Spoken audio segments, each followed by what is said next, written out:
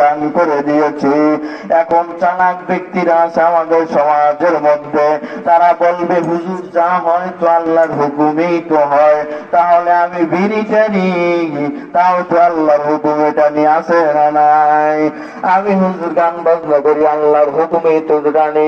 বন্ধু না না, তুমি এই যত চলে বলে কলে কৌশলে এখন যা কিছু করো কাজ হবে না, কারণ আমার মাওলাই কাল কিয়ামতের ময়দানে তোমাকে জড়িয়ে ফেলাইবে আর বলবে না ফারমাদি, তুই যেই কলা কৌশল সেট করে দিয়েছিলি, যেই মনের বাসনা নিয়ে তুই আকাম কুকাম করিয়া এরপর তুই এই কবরে আসছো, কিন্তু আমি মাওলাই তার আগেই তোকে জ্ঞান দিয়ে দিয়েছিলাম এই পথে গেলে কুমিরি ধরবে, ভাগে ধরবে, আর এই পথে গেলে আমি সোজা এখান থেকে জলপাটে যেতে পারবো, বিপদগ্রস্ত হব না।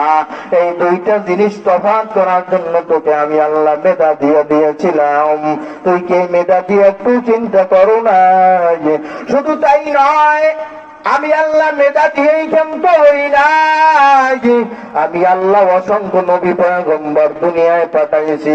এক নাম্বার কারণ হলো একটাই কারণ, আমি আল্লাহ ইহদিনাস সিরাতে মুস্তাকিমের রাস্তায় এই উম্মতদেরকে পাঠানোর জন্য অসংখ্য নবী পয়গম্বর পাঠিয়ে দিয়েছি।